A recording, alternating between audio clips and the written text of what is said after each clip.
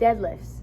So deadlifts, we want to think about, they are not a squat, but squat and deadlifts are both fundamental moves that we need burn any workouts in general. So it's the difference between a squat and deadlift. Squat is going to be bending at your knees, also your hips, but knees and hips.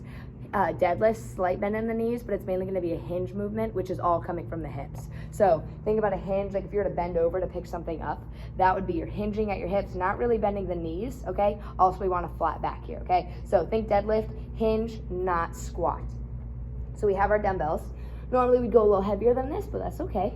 So we go hinge down, nice flat back here, grab them, and then ideally we just go to about mid-shin. Once you get your form down really good, you can go a little bit lower than that on occasion. So nice flat back, do a little check-in on your form. My butt is sticking back, and I have a slight bend in my knees, and I go up, squeeze, glutes at the top, all right? Not overarching here, don't hyperextend it, just nice squeezed core position, and go back down, mid-shin, and coming back up.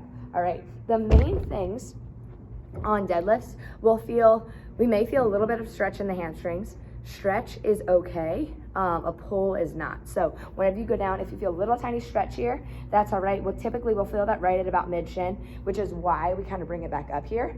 The other reason we go to about mid-shin is because my back is pretty much horizontal there. So if I go lower than that, I am gonna have to start getting my lower back more involved to bring me back up. Okay, the other thing in deadlifts is we want to make sure our core is involved. If our core is not involved and is not squeezing, compressing the spine, then that's where we also get more of those back issues. So whenever we go down, we want our spine to be nice and stable, held in by our core. I'm sure you guys have seen those, the belts that you can wear like as you're deadlifting, and it's when people are deadlifting a bunch of weight, but that's basically what your core is doing. That's just like an external core. So that's why I want to focus so hard on strengthening that core. So whenever we're doing those squats, deadlifts, really anything that we're doing, any jump movement, whenever we come down, our core is engaged and braced, and then that way it can protect our spine and we prevent any of those back issues from happening. Other things in deadlifts, we can also do them on occasion single leg.